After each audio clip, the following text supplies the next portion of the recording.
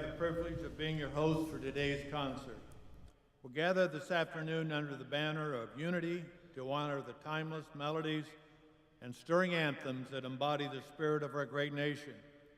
From the hallowed words of the Star-Spangled Banner to the triumphant strains of America the Beautiful, our concert pays homage to the indomitable spirit and unwavering resolve that define the American experience. Join us as we stand together in tribute to the heroes who have sacrificed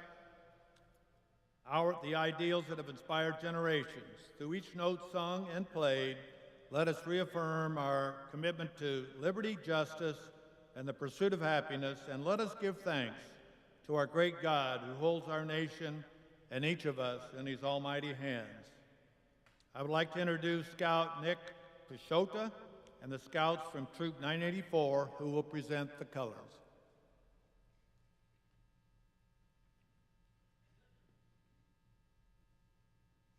Color Guard, attention. Will the audience please rise?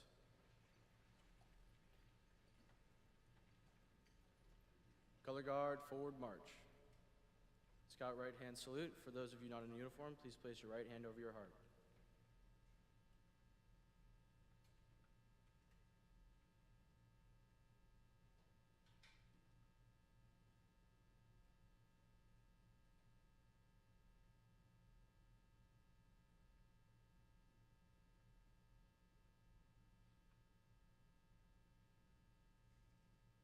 Color Guard, halt. Color Guard, post the colors.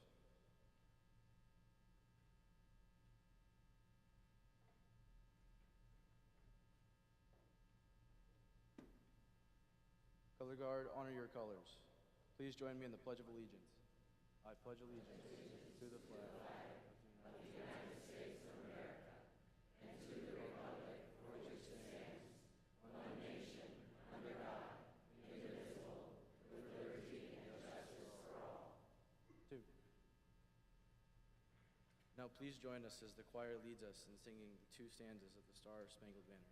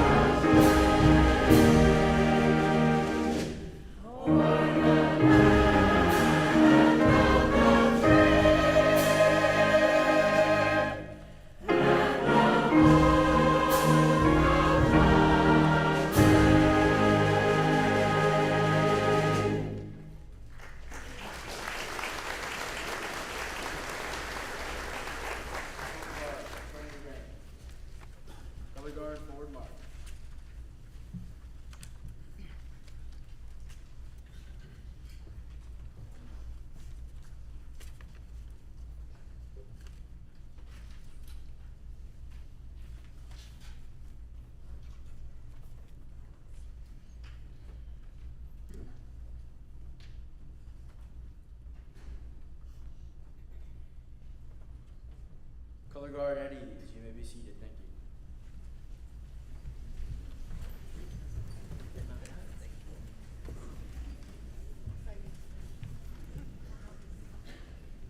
I wonder how many of you have ever sung more than the first stanza of Francis Scott Key's Star Spangled Banner.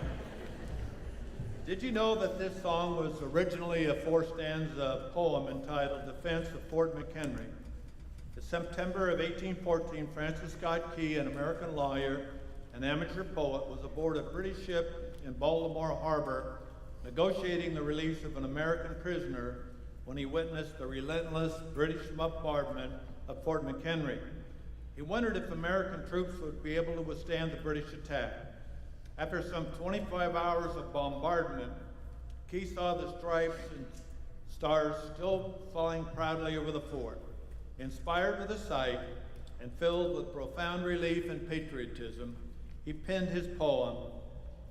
The words later, set to the tune of a popular British song, became the Star Spangled Banner. Its powerful words capture the spirit of resilience and hope that defined a critical moment in American history. Today we sing it as our national anthem. Next on our program we have a patriotic melody which includes the satirical Yankee Doodle of the Revolutionary War, a British song turned back upon their troops by our ragtag army of settlers. Immediately following Yankee Doodle are two pieces composed by George M. Cohen, Yankee Doodle Boy, written in 1904, and Your Grand Old Flag, written in 1906. Both were featured in musicals that were first performed in New York. These bring us to the Oklahoma cowboy Woody Guthrie's This Land Is Your Land, which emerged in the 1940s. It became one of the most famous and enduring American folk songs and a symbol of the country's diverse landscapes and shared heritage. Finally, we hear God Bless the USA, written in 1984 by country music artist Lee Greenwood. The choir and band now perform Our America.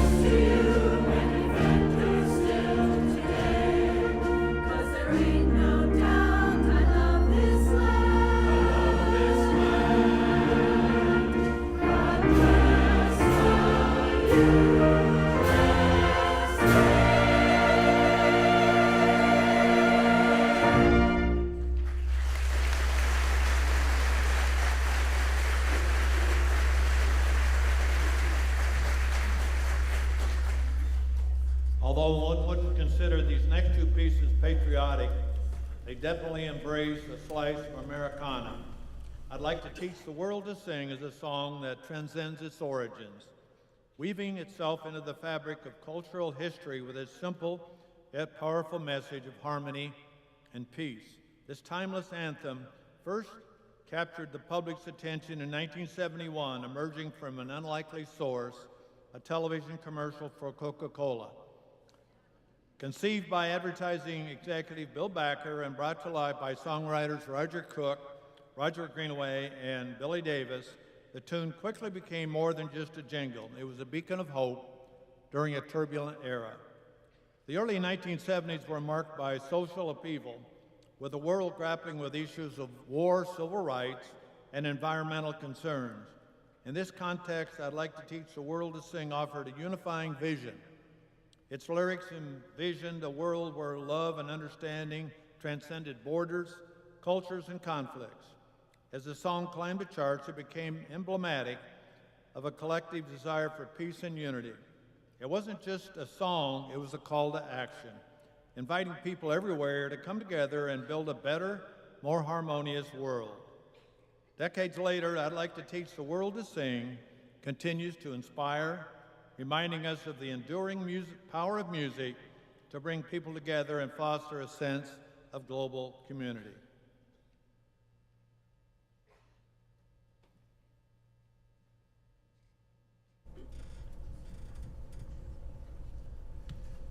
Before we go any further, we're having some technical difficulties, so just checking to see, Stephen, if there's anything else we need to do before we keep going.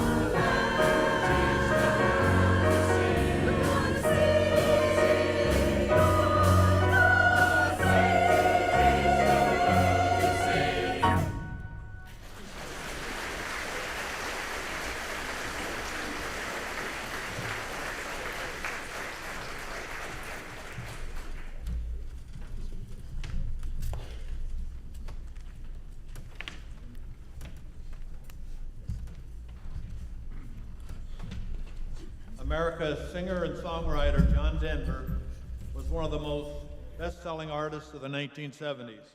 He recorded and released approximately 300 songs, about 200 of which he wrote himself.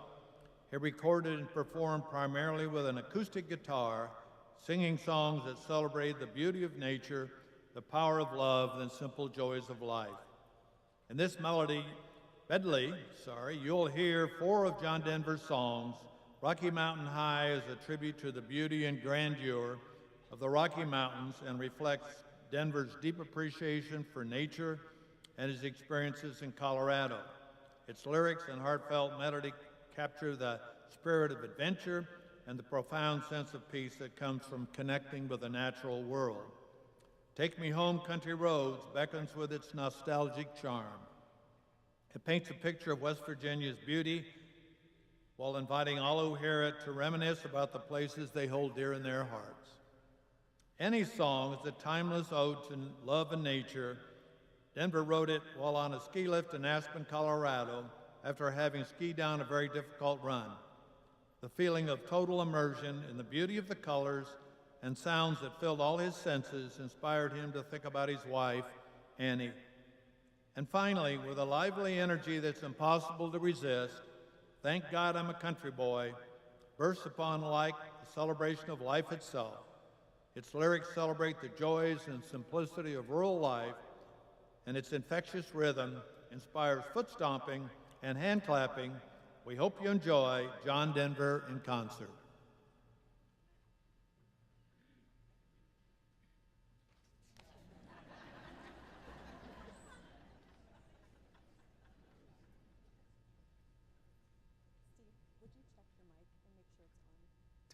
Test 1. I don't think so.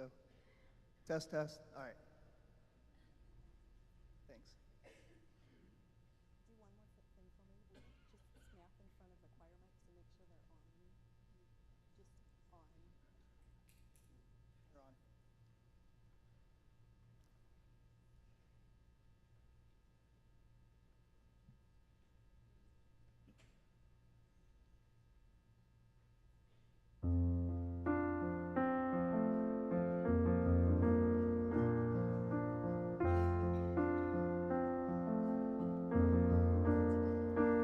He was born in the summer of his 27th year, coming home to a place he'd never been before. He left yesterday behind him. You might say he's born again. You might say he found the key for every door.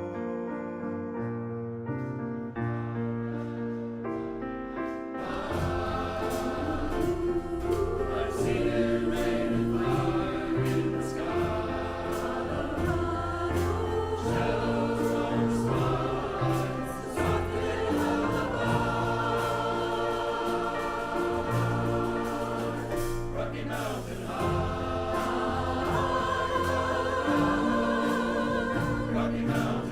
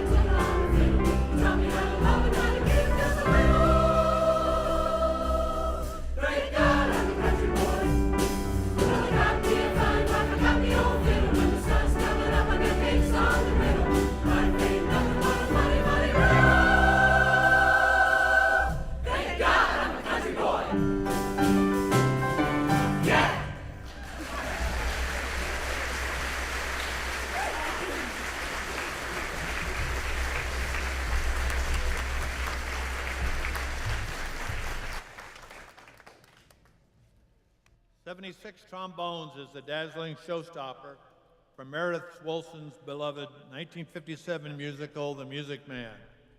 The story follows Harold Hill as he sweeps into the small town of River City, Iowa, promising to create a boys' band and energizing the townsfolk with his exuberant spirit. Filled with vivid descriptions of a grand parade led by 76 trombones, this music captures Harold's infectious enthusiasm and his knack for painting grand musical visions. Get ready to be swept away by the excitement and charm of Harold Hill's musical dream.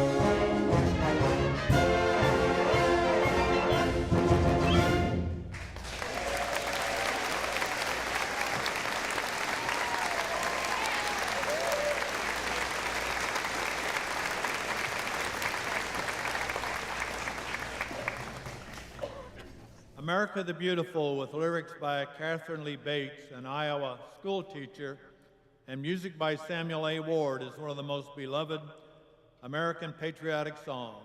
Inspired by Bates' visit to Pikes Peak, the words praise the natural beauty of the United States from its spacious skies and amber waves of grain to its purple mountain majesties and fruited plains. Beyond its celebration of the country's scenic wonders, America the Beautiful also expresses hope for the nation's continued greatness, brotherhood, and the preservation of its noble ideas. Interestingly, America the Beautiful was considered as a potential national anthem, rivaling the Star-Spangled Banner due to its inclusive and uplifting nature. Despite not achieving this status, it remains a cherished and timeless anthem.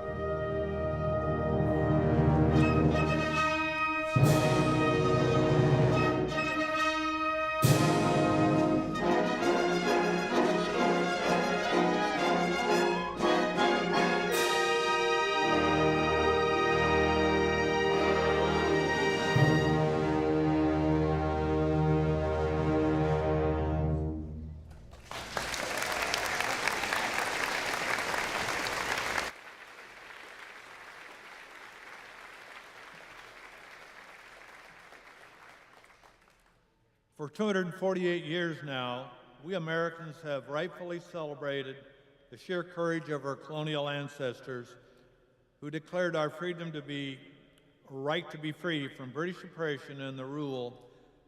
They said in their Declaration of Independence, with a firm resilience of the protection of divine providence, we mutually pledge to each other our lives, our fortunes, and our sacred honor. Then they fought a war to make sure such independence was recognized by Britain and the rest of the world. Ever since 1776, America has spent billions of dollars and millions of lives helping other countries throw off their chains and bondage. The cutting edge of such help has been our U.S. military men and women. Today, we continue the tradition of honoring our veterans who offered their lives sacrificially to secure freedom's blessing for others. We now welcome Mary Jo Edson for the 2024 Quilts of Valor presentation.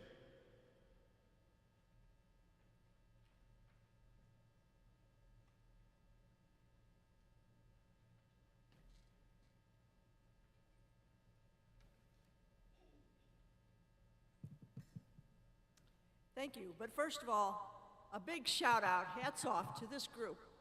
This is fantastic. The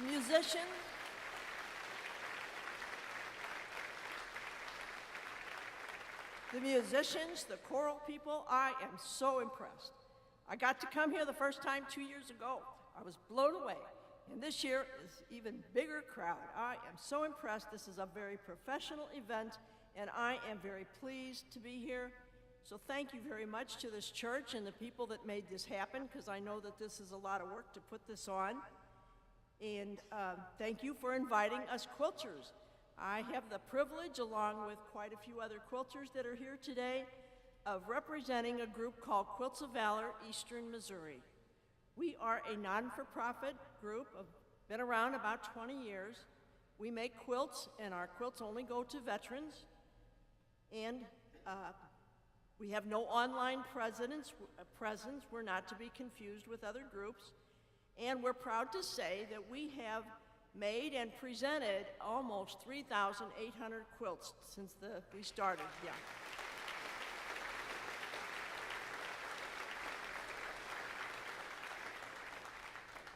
We know that many times the adjustment from military to civilian life can be difficult.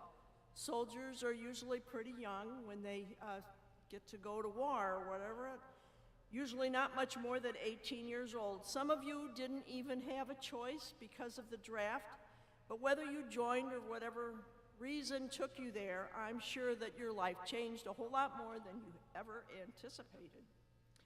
So when you returned, you came back sometimes with physical scars, mental and emotional, but you were all touched in one way or another, because in war and conflict, everybody's affected.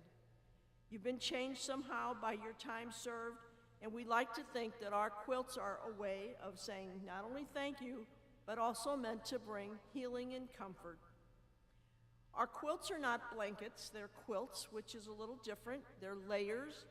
There's a top layer that's very unique, and it's going to be very different, all of our quilts that we're presenting today, because they're made by different people, and they're all very different, just like all of you. There's a filling or a batting in the middle that provides comfort, warmth, and softness.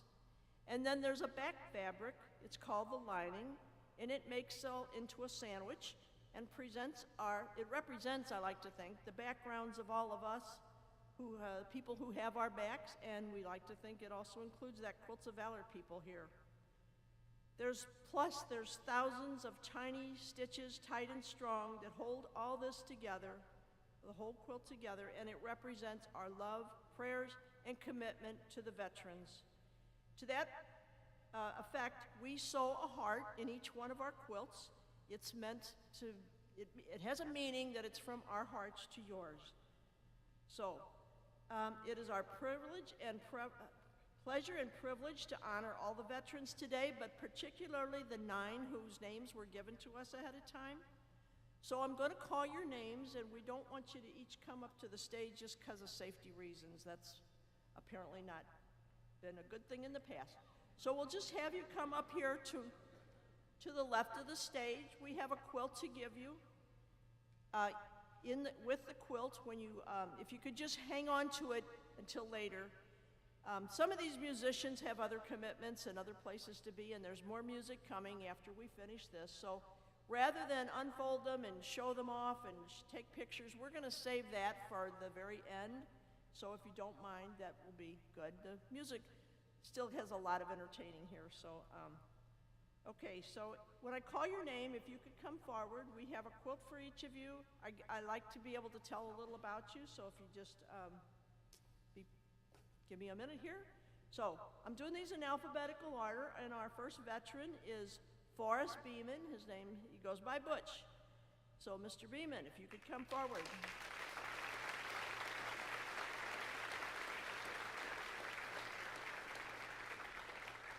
Mr. Beeman was a Marine who served from 1966 to 1970 in Vietnam. He grew up in St. Louis, Florissant area, and now lives here in O'Fallon with his wife, Nancy. He enlisted in the Marines. His dad, granddad, brothers, and many other relatives all were Marines. He did training in infantry. He worked with hydraulics for aircraft, maintenance. But while he was there, he was recruited to play softball for the Marines for 3 to 4 months. So I'm figuring you must have been pretty good. I guess that was whatever. Until they were ready to send him to Vietnam, where he did 14 months' time over in Vietnam. Did a little of everything: guard duty, flew copters, maintenance. He was involved in the Tet Offensive, and he was 4 years active duty, 2 years reserves. After that, became a police officer for a couple of years, and then ended up driving trucks for 30 years. Retired in 2000. Hobbies are he's got a couple of daughters and lots of grandkids, and one of his grandkids is a Marine, and one's a pilot-to-be. He was nominated by a friend and classmate named Ronald Reichelt. So, Mr. Beeman, we are honored to meet you today. We are very grateful for your time in the service, and it's our pleasure to give you this quilt. Thank you, sir.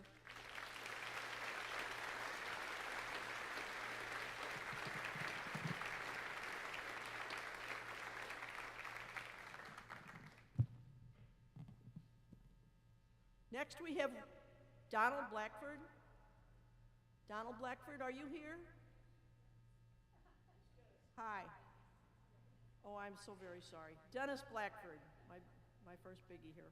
Okay, Dennis Blackford, in the Air Force from 1968 to 1969, served in Vietnam, grew up in South St. Louis, now here in O'Fallon, with his wife Janice. He joined before the draft, although I'm sure he was looking at the draft. Grounds equipment repair is what he did. He was out for 7 years, and then after 7 years, he rejoined the Air National Guard at Civil Service at Lambert Field. He does maintenance on equipment and ground power shop. He was also part of the Tet Offensive. He was the 504th Tactical Air Squadron for Forward Air Controllers. There was a University Phan Rang Air Force Base, and he served a total of 31 years. He was retired in 2005 as an E-7, but before retiring, he got the pleasure and the thrill of riding in the backseat of an F-15. He was nominated by Christine Schenk, who's a relative of his wife. Mr. Dennis Blackford, I'm very grateful that you get to come here today and we get to meet you in person and say a big thank you.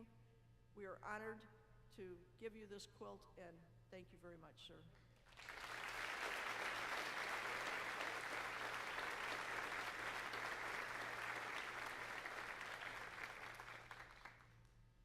Our next veteran is Bill Collins. Bill Collins.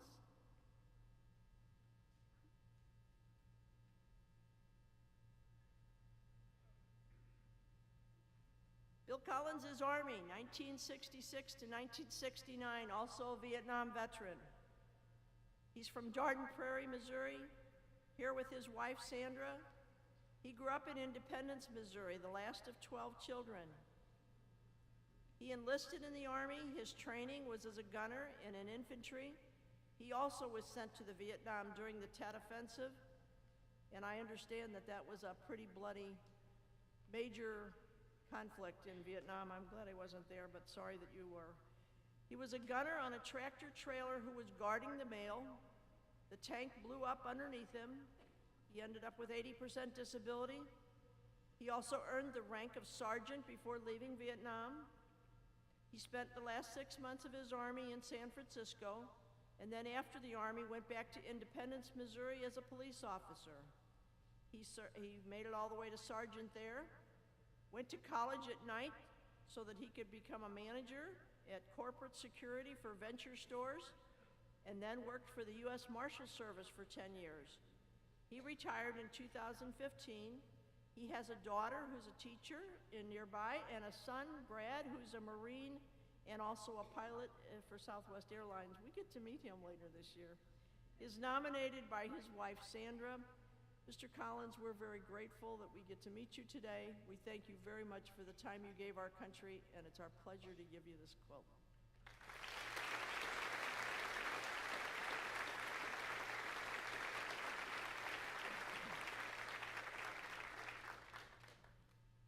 Next, we have Michael Emery.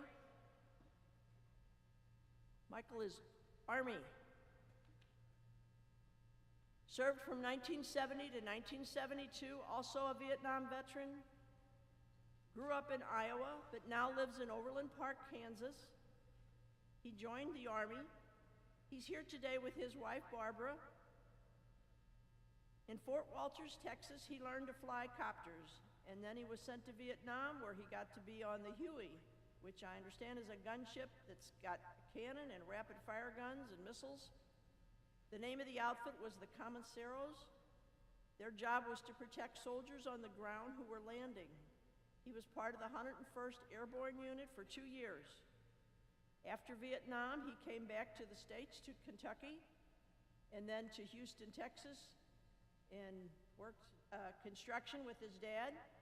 He ended up going to St. Mary's College Nursing School and worked at several hospitals, Mercy Hospital, Council Bluff, in Omaha, Kansas City, St. Luke's, lots of them. Hobbies are genealogy, nominated by a friend, Carol Price, and his sister also, who is from this church. Mr. Michael Emery, I'm very glad we got to meet you today. I thank you very much for your time in that you gave our country, and we're just honored to give you this quilt today. Thank you.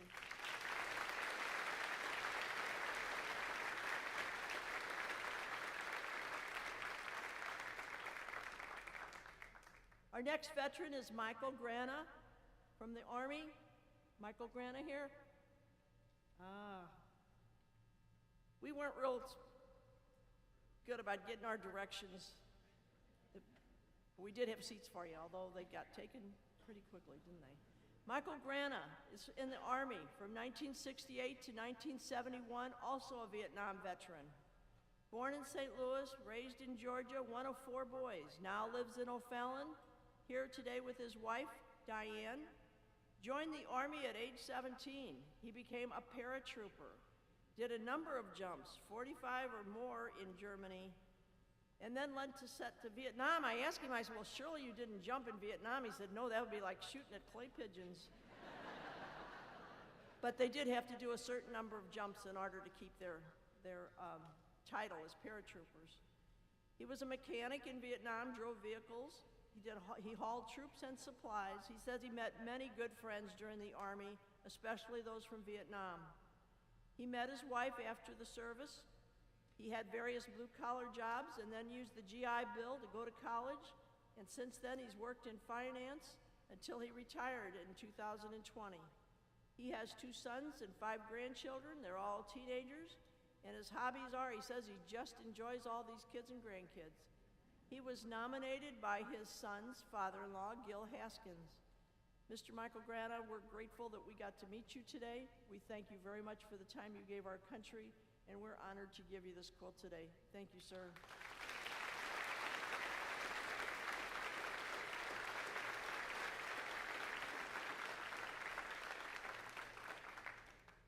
Our next veteran is Robert Mordock.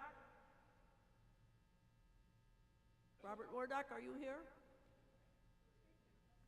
Great, come on over here. Mr. Mordock was in the Army from 1968 to 1971, Vietnam also. Grew up in Overland, Missouri. Now lives in Wentzville, here today with his wife, Sheila. He enlisted in the Army after high school. He said he couldn't get a job because the employers knew what his draft number was, and it was low enough. He was like, well, he might as well go. So he ended up enlisting, but he knew he would have been drafted. He did training in Maryland, wheels and truck mechanic, one tour in South Korea, DMZ, and then a short-term tour in Germany, and then to Vietnam for 11 months. He worked on equipment there. After the Army, he had different jobs, and then too used the GI Bill to go to school, Bailey Technical School, to become a diesel mechanic so he could go to work, and spent that time 20 years working for Ryder Truck. He's now retired. His hobbies are fishing, camping, travel, but he still has a part-time job delivering automotive parts. He's got 2 daughters and a son, and he was nominated by his son-in-law, who's a firefighter. His son-in-law is Joe Higlin. Mr. Robert Murdoch, we're very grateful we got to meet you today. We thank you so much for the time you gave our country, and we're honored to give you this quilt. Thank you.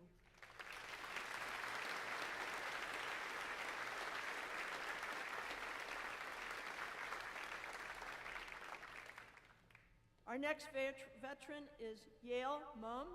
And Mr. Mum, if you would like to just stay standing right close to where you're at. I know you have some disabilities here, and since none of us are getting any younger, I think I understand a little. Yale Mum was in the Army from 1969 to 1971, also a Vietnam veteran. Grew up in St. Charles, Missouri, now lives in Marthasville with his wife, Alicia. He was in medical school in New York, did his residency in Indianapolis, but the residents were required to sign up for military, part of the Berry Plan. He said life for him in Vietnam was very similar to MASH that we all watched on TV. He was a thoracic surgeon in Vietnam and did that for many years after getting out, a general and a vascular surgeon. He was part of the Boonslick Medical Group here in St. Charles, and then also did some solo practice until he retired in 2001. He met his wife after the Army. She was a nurse at St. Joe's Hospital. They have 4 children, a daughter and 3 sons, and 5 grandchildren. And when the first grandchild was born, he figured that was time to retire. So now they live on the family farm. But as I said, life sometimes just doesn't always treat us great. We do wear out. He now has some difficulty with walking and with his vision.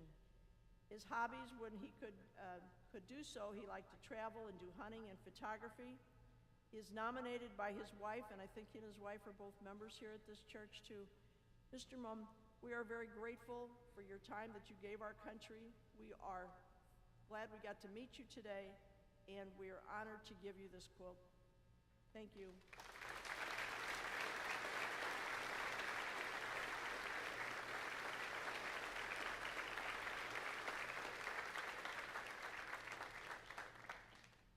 Our next two veterans, we're done with Vietnam. We got some younger fellows to honor today. Aris Papadamos, he's from the Marines, U.S. Marines. From 2013 to 2018, grew up in St. Clair, Missouri, now in Washington, Missouri. Here with his wife, Jovelyn, enlisted in the Marines a few years after high school, did training as a mechanic, and he was a marksmanship coach, so I'm guessing that I'd like to have him on my side.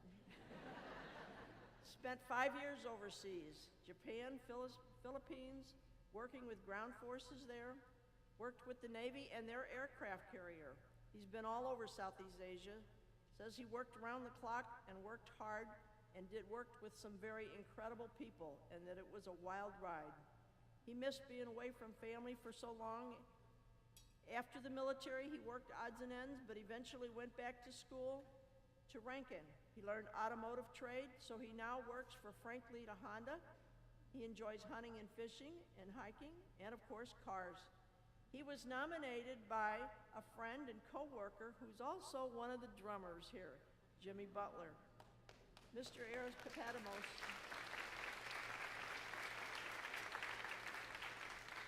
Sir, we're very grateful we got to meet you today. We thank you for your time in the service, and we're very honored to give you the quilt. Thank you, sir.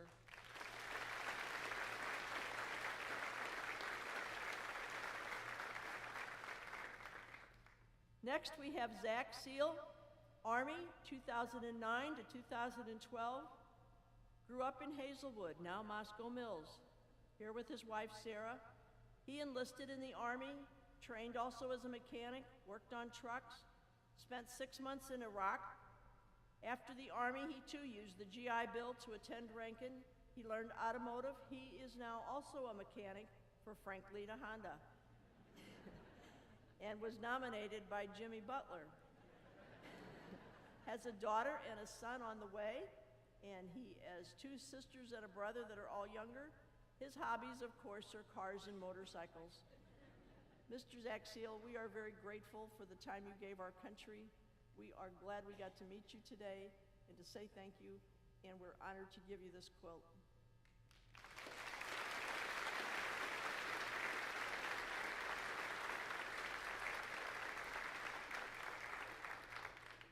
Behind every soldier, sailor, or military person, there's a family who stands by them, who supports them and loves them with all their hearts.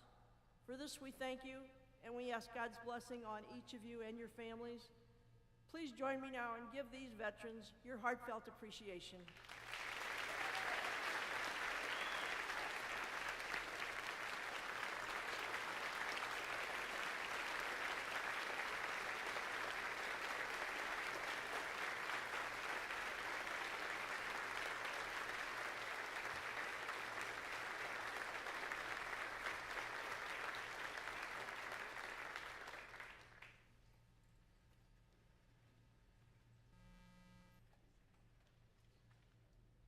Thank you.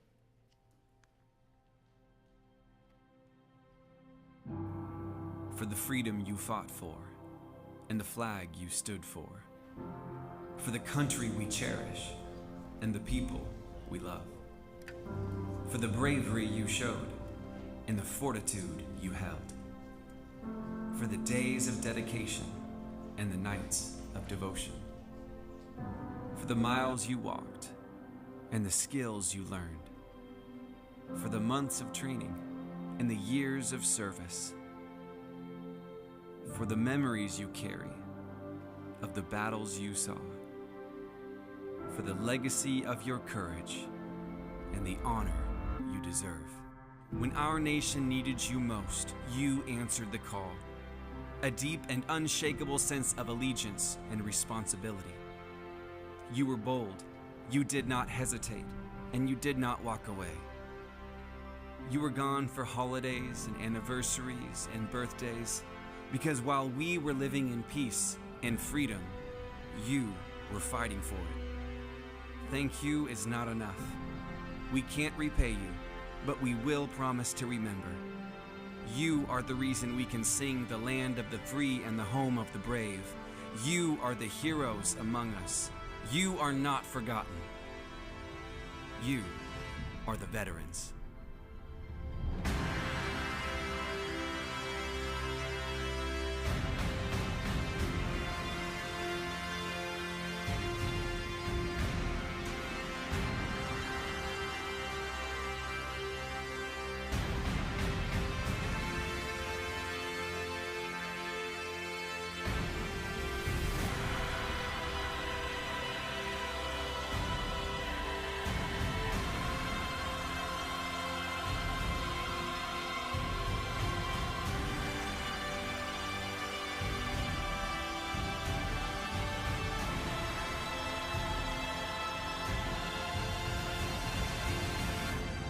We remember your courage. We honor your sacrifice, and we thank you today.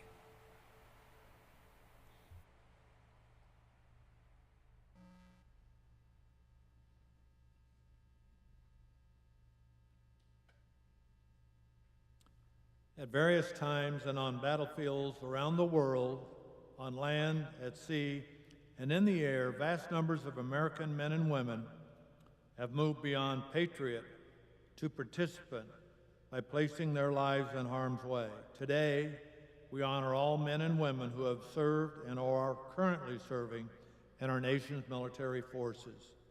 The choir and band will now present Salute to the Armed Forces, We ask each of you who has served to please stand, if you are able, during the singing of your branch of the armed forces. All the rest of us are invited to sing along.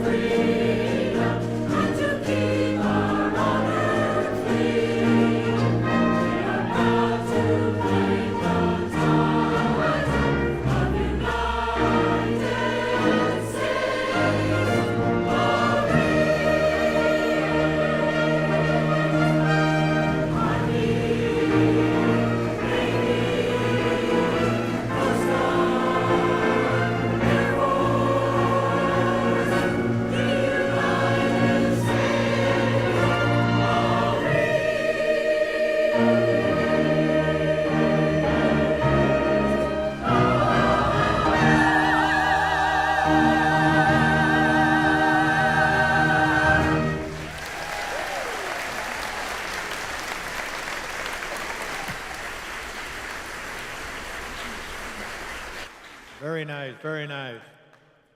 In the heart of every soldier, there beats a rhythm of dedication, bravery, and sacrifice, amid the backdrop of a nation's call to arms, where duty beckons and heroes rise to answer. There stands a figure not defined by the steel of his armor, but by the strength of his resolve and the depth of his courage.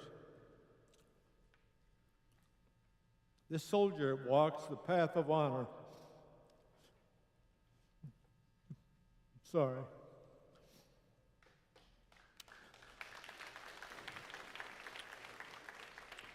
Guided by the Almighty God and by the comrades by his side, through the trials of training and the trials of conflict, he forges bonds that transcend mere camaraderie, weaving a tapestry of brotherhood that binds him to his cause and to his fellow soldiers. In the symphony of battle, this hero spirit blazes with a fierce intensity, a testament to the unwavering dedication to his mission and to the freedoms he defends. With each step forward, he carries the hopes and dreams of a nation on his shoulders. His heart beating in time with the pulse of history. But amidst the chaos of war, there comes a moment of solemnity when the melody of valor falters and fades into silence. It is here in the crucible of conflict that this soldier takes his final stand, his courage undiminished even in the face of mortal peril. As the echoes of battle subside, we are left with this echo of a life cut short, a sacrifice made in service to something greater than oneself. In the choir's next psalm, The Folded Flag, we pay homage to our fallen heroes. Though they have departed their earthly realm, their spirits live on in the hearts of those who bear witness to their courage and their sacrifice. God rest the warriors, the heroes of peace, servants of freedom, defenders of dreams, those who have offered all they could give, all who have died that others might live. In honor of those no longer living, taps will now be played.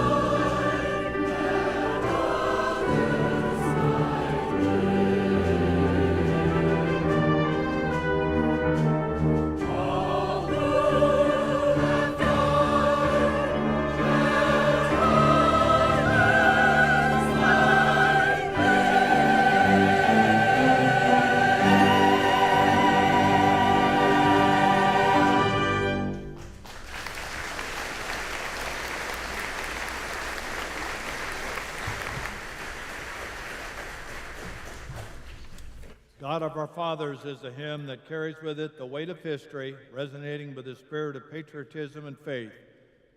The hymn was penned by Daniel Roberts, a clergyman and educator, in 1876. Roberts was inspired to write the lyrics as a response to the centennial celebrations of the United States Declaration of Independence. His words were infused with a deep sense of reverence for the nation's founding principles and the sacrifices made by its forefathers. The hymn first appeared in print in Roberts' publication, The Congregationalist, in 1892. Set to the music composed by George Warren, God of Our Fathers quickly gained popularity within the American Christian community, becoming a staple in church hymnals and patriotic gatherings across the nation. The hymn's enduring appeal lies in its lyrics, which acknowledge God's power and sovereignty, express gratitude for his past provision, seeks his guidance and protection for the future, and offer worship and praise for his attributes and blessings. As Roberts expressed in his hymn, may we always trust the Lord to carry out his plans and purposes for our nation. May we live according to his word and surrender ourselves to his will, and may we offer him glory, laud, and praise now and forever.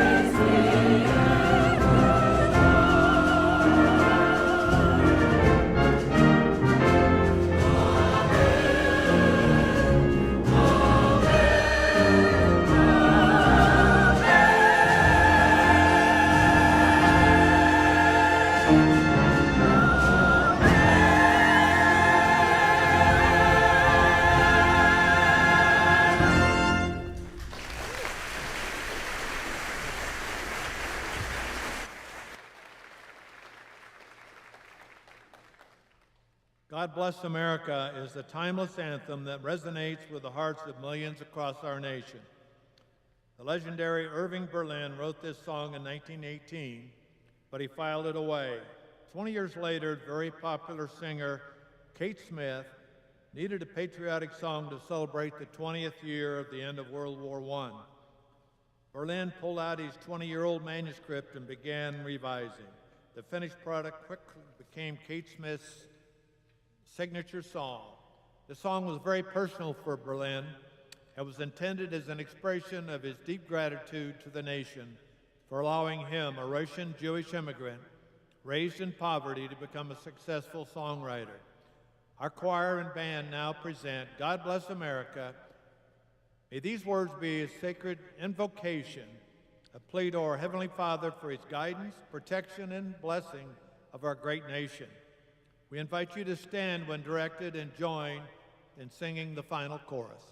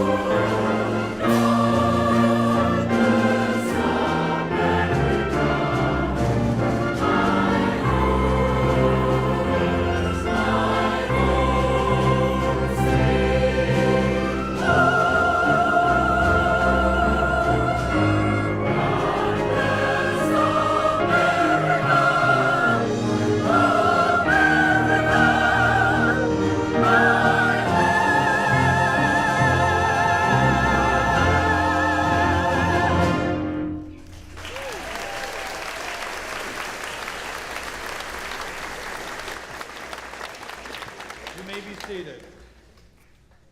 Thank you for joining us this afternoon.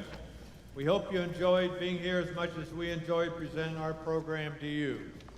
We will conclude our time together as the band plays what is arguably America's most famous march, the Stars and Stripes Forever, composed by John Philip Sousa in 1896.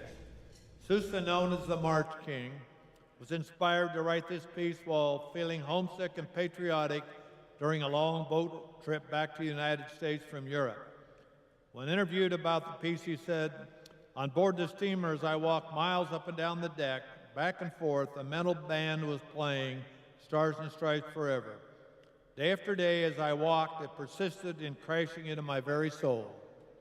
I wrote it on Christmas Day, 1896. First performed in 1897, the Stars and Stripes Forever was officially declared the National March of the United States in 1987.